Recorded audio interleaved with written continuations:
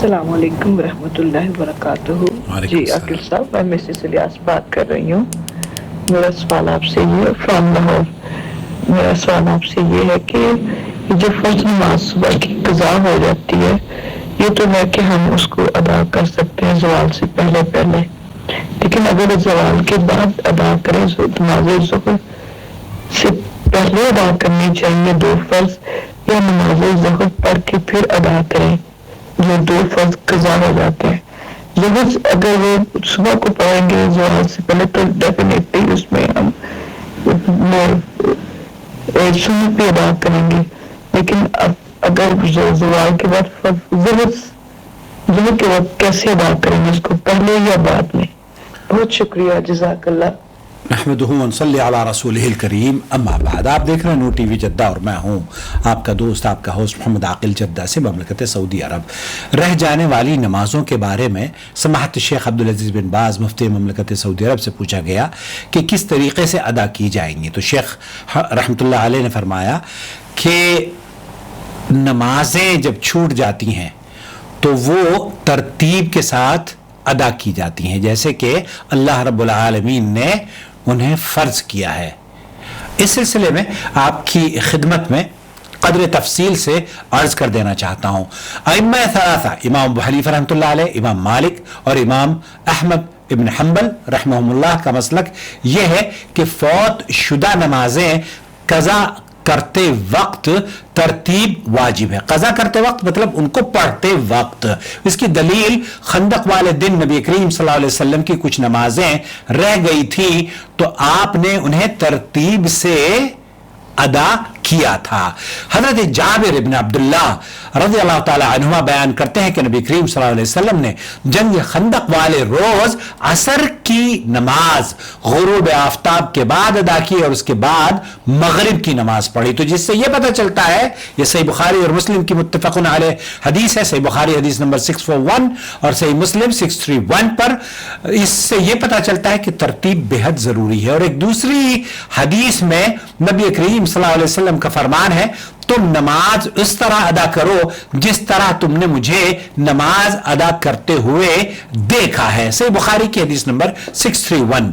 اسی طریقے سے اگر کوئی آدمی اگر ترتیب بھول جائے تو کیا ترتیب ساقط ہو جائے گی؟ اس کا جواب یہ ہے کہ جی ہاں, ترتیب اگر کوئی بھول جائے تو پھر وہ ترتیب ساقط ہو جائے گی, کیونکہ رسول اکرم صلی اللہ علیہ وسلم کا فرمان ہے, یقیناً اللہ تعالیٰ نے میری امت سے خطا اور بھول اور جس پر انہیں مجبور کیا گیا ہو معاف کر دیا ہے. سنن ابن ماجہ حدیث نمبر 2043. امام ابو حنیفہ, امام احمد ابن حنبل, ان دونوں کا مسلک بھی یہی ہے. اسی طریقے سے اگر کوئی شخص نماز بھول جائے اور دوسری نماز کا وقت شروع ہو جانے کے بعد اسے یاد آئے تو اس کی تین حالتیں ہیں. نمبر ایک, موجودہ نماز شروع کرنے سے پہلے رہ جانے والی نماز یاد آ جائے تو اس وقت اسے فوت شدہ نماز پہلے ادا کرنی ہوگی اور پھر موجودہ نماز ادا کرے. یہ اس صورت میں ہے جبکہ یاد آ جائے. نمبر دو, موجودہ نماز مکمل کرنے کے بعد فوت شدہ نماز یاد آئے تو اس نے تو وہ نماز ادا ہی نہیں کی, چنانچہ اس کی موجودہ نماز صحیح ہوگی اور وہ صرف فوت شدہ نماز ہی ادا کرے گا. بھول جانے کی بنا پر ترتیب کے ساتھ ادائیگی پہ اس کو معذور سمجھا جائے گا. نمبر تین, اسے موجودہ نماز ادا کرنے کے دوران یاد آئے کہ اس نے تو اس سے قبل والی نماز ہی ادا نہیں کری ہے, تو اس حالت میں موجودہ نماز مکمل کرے اور یہ اس کے لیے نفل ہوں گے, اور پھر وہ فوت شدہ نماز ادا کرنے کے بعد موجودہ نماز ترتیب کے ساتھ ادا کرے. امام احمد بن حنبل رحمۃ اللہ علیہ کا یہی مسلک اور موقف منقول ہے. اور عبداللہ بن عمر رضی اللہ تعالیٰ عنہما کا قول یہی ہے کہ امام مالک رحمۃ اللہ علیہ نے موطا میں جسے نقل کیا ہے. نافع بیان کرتے ہیں کہ عبداللہ ابن عمر رضی اللہ تعالیٰ عنہما کہا کرتے تھے کہ جس کی بھی کوئی نماز رہ گئی ہو اور اسے امام کے ساتھ باجماعت نماز ادا کرتے ہوئے یاد آئے تو امام کی سلام پھیرنے کے بعد رہ جانے والی فوت شدہ نماز ادا کرے اور پھر اس کے بعد دوسری نماز ادا کرے. اسے موطا امام مالک نے نقل کیا ہے. تو جس نماز میں اسے پوری کرنا بطور استحباب ہے, جس نماز کو اس نے شروع کیا ہے اس سے پوری کرنا بطور استحباب ہے، نہ کہ واجب.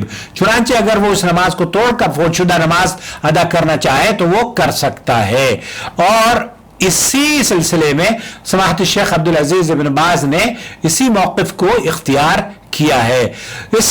اور یہ بھی یہاں سماحت الشیخ عبدالعزیز بن باز سے پوچھا گیا کہ آیا جس کی فجر کی نماز چھوٹ گئی ہے جب وہ سو کر اٹھے تو اس وقت وہ سنتیں بھی پڑھے یا صرف فرض پڑھ لے؟ تو اللہ کے رسول صلی اللہ علیہ وسلم کی جب فجر کی نماز چھوٹ گئی تھی تو آپ علیہ الصلوۃ والسلام نے سنتیں بھی پڑھی تھی اور فرض بھی ادا کیے تھے. تو آپ جب ظہر کی نماز پڑھ رہی ہیں یا ظہر کے بعد آپ پہلے ظہر کا وقت ہو گیا ہے تو ظہر کے وقت کو آپ فجر کی نماز پہلے پڑھیں تو 2 رکعت سنت اور 2 رکعت فرض آپ پڑھ سکتی ہیں اور اس کے بعد آپ کو ظہر نماز پڑھنی ہے. مجھے امید ہے شاید آپ یہی جاننا چاہ رہی تھی کہ اگر کسی کی فجر کی نماز نہیں پڑھی ہو اور وہ ظہر میں نماز ادا کرنا چاہے تو اسے ظہر پہلے پڑھنی چاہیے یا فجر پہلے پڑھنی چاہیے. تو واضح ہو گیا ہے آپ کو الصلاۃ علی، جیسے اللہ کے رسول صلی اللہ علیہ وسلم نے فرمایا